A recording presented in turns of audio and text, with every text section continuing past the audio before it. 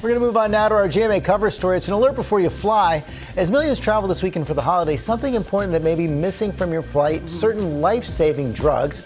Kira Phillips is here with this important GMA Investigates. Good morning, Kira. Good morning, George. Well, while the FAA requires all commercial passenger planes to have an emergency medical kit on board, those kits don't have to carry EpiPens, imperative when a passenger suffers a life-threatening allergic reaction. And as we discovered in our investigation, it's not the only emergency medication that may not be on your flight.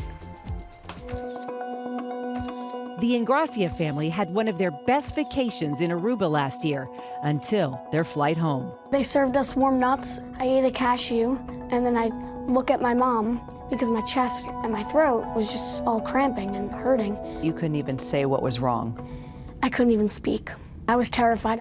10-year-old Luca was experiencing anaphylaxis, a life-threatening reaction to food. Did you know that he had allergies? No. But Luca was lucky. 2 passengers had EpiPens and a nurse was on board, a life-saving combination. At the time the Ingrassias were traveling on American Airlines, the company did not carry auto-injectors or EpiPens, only epinephrine in a large vial, requiring measurement by a medical professional. So what do you say to the airlines? We tell them to put EpiPens on the plane so this doesn't happen again, because you'll be taking a 10-year-old's life if you don't. American Airlines told us, "We are grateful that Luca is okay. The medical kits on board our aircraft comply with federal regulations and contain epinephrine, the same medicine contained in an EpiPen." Well, you never as a doctor want to hear, is there a medical professional on board? Hey guys. Doctor and popular YouTuber Dr. Mikhail Varshavsky treated a patient experiencing anaphylaxis during an international flight. We have to act very quickly. And I realized they don't have an EpiPen. The plane's emergency medical kit did have epinephrine, but again, only in a large vial, not pre-measured. So if it were an auto-injector or an EpiPen, any doctor could use that and know that could save the life immediately.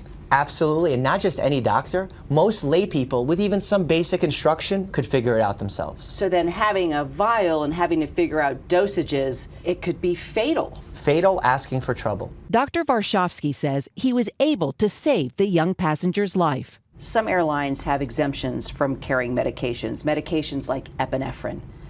What if the exemptions would have been in place on this flight?